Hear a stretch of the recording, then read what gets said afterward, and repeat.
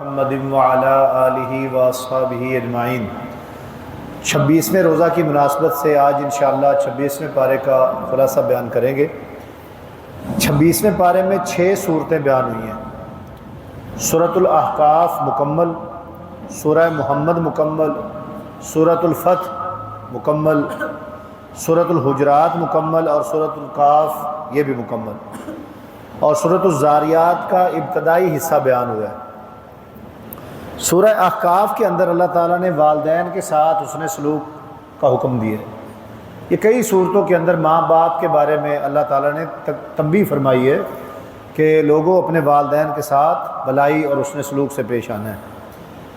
اسی طریقے سے ماں کے جو حمل کی قلیل ترین مدت ہو سکتی ہے نا، وہ 6 ماہ ہے۔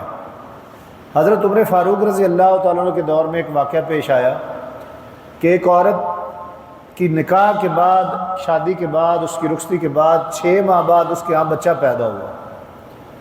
تو لوگوں نے کہا کہ یہ تو ہو ہی نہیں سکتا، یا 7 ماہ کا بچہ ہوتا ہے، 8-9 ماہ کا ہوتا ہے، یہ فاحشہ عورت ہے، اس سے زنا کا مرتکب ہوئی ہے یہ۔ وہ بیچاری بڑی روئی پیٹی، اس نے کہا کہ میں پاک باز عورت ہوں، تو اللہ کی طرف سے یہ 6 ماہ کی اولاد میرے پاس ہوئی ہے، تو کوئی ثبوت گواہ تو ہے نہیں اس چیز کا، اور میں گواہی دیتی ہوں کہ میرا بالکل اس طرح کا کوئی معاملہ نہیں ہے۔ کافی سارے غور و فکر کے بعد، مشاورت کے بعد حضرت عمر رضی اللہ تعالیٰ عنہ اس نتیجے پر پہنچے کہ 6 ماہ کے بعد بچے کی پیدائش ممکن نہیں ہے، تو اس کو رجم کیا جائے۔ تو وہ بیچاری بہت پریشان، روتی پیٹتی ہوئی اس کو لے کے جا رہے تھے کہ حضرت علی رضی اللہ تعالیٰ عنہ کے ساتھ ان کا ٹکراؤ ہوا۔ تو حضرت علی نے پوچھا کیا ماجرا ہے؟ تو اس عورت نے بتلایا کہ میں بے گناہ ہوں، میں پاک ہوں، میری شادی کے 6 ماہ بعد اللہ نے مجھے بچہ عطا کیا ہے، تو اب یہ میرے اوپر رجم کی سزا لاگو کر رہے ہیں۔ تو حضرت علی رضی اللہ تعالیٰ عنہ ان کو لے کر واپس آئے کہ آئیں حضرت عمر سے بات کرتے ہیں۔ تو انہوں نے آ کر حضرت عمر فاروق رضی اللہ تعالیٰ عنہ سے بات کی کہ آپ نے ان پر رجم کا حد کیوں لاگو کی ہے؟ تو انہوں نے کہا کہ 6 ماہ کی اولاد پیدا نہیں ہو سکتی، واضح یہ بات ہے کہ اس نے پہلے بدکاری کی مرتکب ہوئی ہے، 7 یا 9 ماہ بعد اولاد تو پیدا ہونی چاہیے، 8 ماہ بعد ہوتی۔ تو انہوں نے کہا کہ اللہ کا قرآن کہتا ہے کہ 6 ماہ کی اولاد ہو سکتی ہے، حضرت علی رضی اللہ عنہ نے فرمایا۔ تو وہ سارے حیران ہوئے کہ کہاں پہ لکھا ہوا ہے بھائی؟ تو انہوں نے 2 مختلف آیات پڑھی۔ ایک آیت میں مدت رضاعت ہے، صرف دودھ پلانے کی مدت، والمرضعات یرضعن اولادہن حولین کاملین، کہ مائیں اپنے بچوں کو 2 سال، پورے 2 سال دودھ پلائیں۔ تو صحابہ نے کہا کہ اس میں کہاں لکھا ہوا ہے کہ 6 ماہ کا حمل ہو سکتا ہے؟ تو حضرت علی رضی اللہ تعالیٰ نے دوسری آیت پڑھی، وَحَمْلُهُ وَفِصَالُهُ 30 شَهْرًا، کہ ماں کے دودھ پلانے کی مدت اور اس کے جو حمل کی مدت ہے وہ 30 مہینے ہیں۔ تو انہوں نے پھر کہا کہ یہ تو 30 مہینوں کا ذکر ہے، حمل کا بتایا گیا اور دودھ پلانے کی مدت۔ تو آپ نے فرمایا کہ غور کرو کہ دودھ اور ماں کے پیٹ میں بچے کے قرار کی مدت 30 مہینے بتائی گئی ہے۔ اب دوسری آیت میں 2 سال دودھ پلانے کی مدت ہے، تو 2 سال کے 24 ماہ بنے 12 مہینوں کے حساب سے، اور پیچھے 6 ماہ بچ کے جو حمل کے بچتے ہیں۔ تو فرمایا کہ اس طریقے سے تو 6 ماہ بعد اللہ بچہ دینے پر قادر ہے۔ تو حضرت عمر فاروق رضی اللہ تعالیٰ عنہ نے فرمایا لولا علی لہلک عمر، آج اگر علی نہ ہوتا تو عمر ہلاک ہو جاتا، کہ اتنی عقل و فہم والی گفتگو فرمائی۔ تو اس کا تذکرہ آیا ہے کہ حمل کی جو قلیل ترین مدت ہے نا، وہ 6 ماہ ہو سکتی ہے۔ قوم عاد کی شرارتوں کا ذکر ہے، پھر اللہ نے اس کو جو عذاب دیا اس کا ذکر ہے کہ ان پر کیسی تیز ہوائیں چلیں اور اللہ نے سب کو اٹھا کر پہاڑوں میں مارا۔ جنوں کے ایمان لانے کا بیان ہے کہ جنات ایمان لائے اور پھر دائی بن کر، مبلغ بن کر اپنی قوم میں ایک دائی کی حیثیت سے واپس گئے۔ سورہ محمد میں جنت کی مثال بیان کی گئی ہے کہ اس میں ایسی نہر ہے کہ جس کا پانی کبھی گدلا نہیں ہوگا، میلا نہیں ہوگا، خالص دودھ کی نہر ہے، پاکیزہ شراب ہے، اور صاف اور شفاف شہد کی نہر ہے، اور ہر قسم کے پھل جنت میں پائے جائیں گے۔ منافق کے بارے میں فرمایا کہ وہ روش اختیار کرتے ہیں اور سمجھتے ہیں کہ ہمارا نفاق چھپا رہ جائے گا۔ جو منافق ہوتا ہے نا، یہ محسوس کر رہا ہوتا ہے کہ میری منافقت کا کسی کو پتہ نہیں چلے گا، لوگوں کے علم میں نہیں آئے گا۔ تو اللہ نے فرمایا ہے کہ یہ اس کی غلط سوچ ہے، اللہ تعالیٰ اس کا نفاق ظاہر کرے گا، لوگوں کو پتہ چلے گا کہ یہ 2 رخ ہے، رسول اللہ صلی اللہ علیہ وسلم کی حدیث مبارکہ ہے کہ شر الناس یوم القیامت، قیامت کے دن سب سے برا بدترین شخص جو اللہ کی بارگاہ میں پیش ہوگا نا، وہ ذو الوجہین ہے، دو چہروں والا۔ تو صحابہ نے کہا کہ یا رسول اللہ دو چہروں سے کیا مراد ہے؟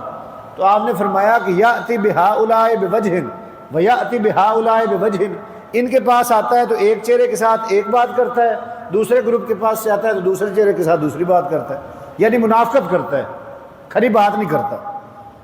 اس کے بعد اللہ اور اس کے رسول کی اطاعت کا حکم دیا گیا ہے کہ اللہ کی اطاعت کرو، رسول کی بھی اطاعت کرو۔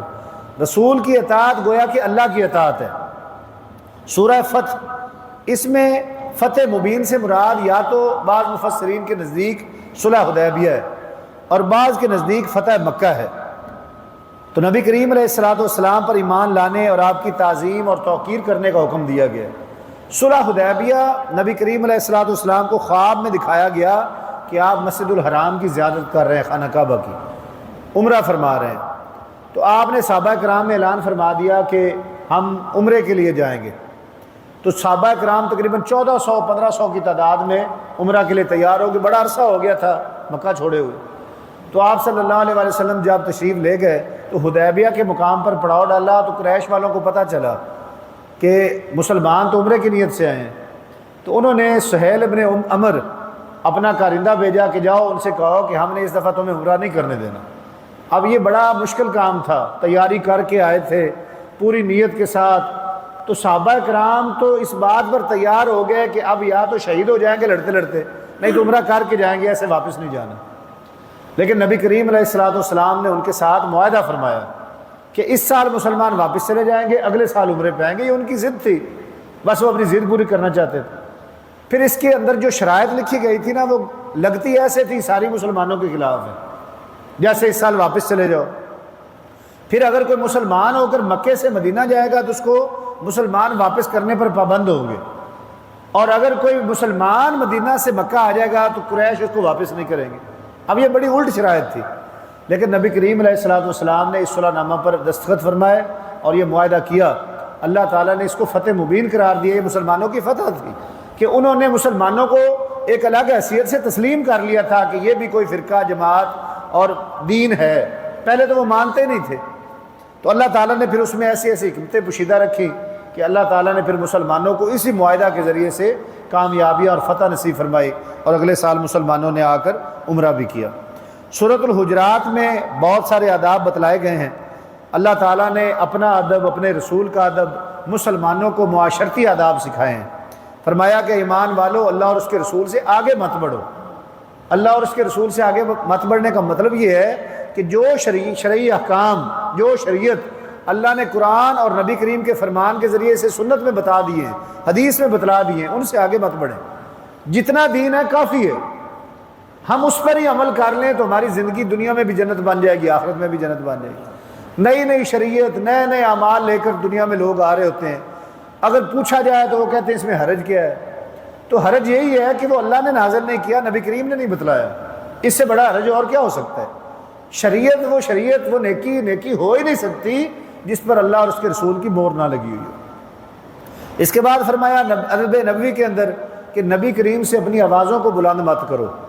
جب مجلس میں اللہ کے رسول موجود ہوں تو اپنی آواز اتنی اونچی نہ کرو کہ نبی کریم سے آوازیں اونچی ہو جائیں۔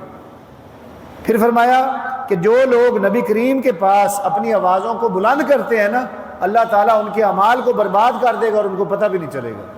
یہ اتنا ضروری عمل تھا۔ پھر فرمایا کہ اے ایمان والو، اگر کوئی فاسق شخص، ایسا آدمی جس کا فسق واضح ہو، گناہ واضح ہو، تمہارے پاس کوئی خبر لے کر آئے تو تحقیق کر لیا کرو، کہیں ایسے نہ ہو کہ تم لوگ اپنے جہالت کی وجہ سے، اپنے کم علمی کی بنیاد پر کسی قوم کو یا کسی شخص کو نقصان پہنچا بیٹھو اور تمہیں پتہ بھی نہ چلے۔ آگے اس صورت میں فرمایا کہ اگر مسلمانوں کے دو گروہ آپس میں لڑ پڑیں، ہو جاتا ہے برادریوں میں، رشتہ داروں میں، ہمسایوں میں، دوستیوں میں، مسلمانوں میں اختلاف ہو جاتا ہے، اگر مسلمانوں کے دو گروہ لڑ پڑیں تو ان کی صلح کرواؤ، دھڑے نہ بنو، صلح کرواؤ۔ اور اگر کوئی ایک گروہ بغاوت کر رہا ہو، سرکشی کر رہا ہو، تو سارے مل کر اس کے خلاف اکٹھے ہو جاؤ جو بغاوت اور سرکشی کرنے والا ہے۔ اور فرمایا مومنو، تم آپس میں بھائی بھائی ہو۔ آگے فرمایا کہ ایک دوسرے کا مذاق مت اڑاؤ. مذاق اڑانا اور مذاق کرنے میں فرق ہوتا ہے عزیز بھائیو. مذاق تو ایک خوش طبعی کے طور پر ہنسی مذاق کرنا یہ جائز ہے، لیکن اگلے بندے کو حقیر جانتے ہوئے، اس کا خاندانی معاملات کو حقیر جانتے ہوئے، اس کا مالی جو معاملات ہیں اس کو حقیر جانتے ہوئے، اس کی ذات برادری کو حقیر جانتے ہوئے، یا اس کے کوئی جسمانی خد و خال کو دیکھتے ہوئے حقیر جانتے ہوئے اس کا مذاق اڑانا یہ شرعاً درست نہیں ہے، منع فرما دیا گیا. اور عورتوں کو بالخصوص کہا گیا کہ عورتیں عورتوں کا مذاق مت اڑائیں. یہ عورتوں میں بہت زیادہ چیز پائی جاتی ہے، لباس کے حوالے سے، جوتے کے حوالے سے. تو یہ آداب بتائے گئے. بدگمانیوں سے بچنے کی تلقین کی گئی کہ بدگمانی مت کیا کریں، اچھا گمان ایک دوسرے کے بارے میں رکھیں، جاسوسی مت کرو، غیبت مت کرو.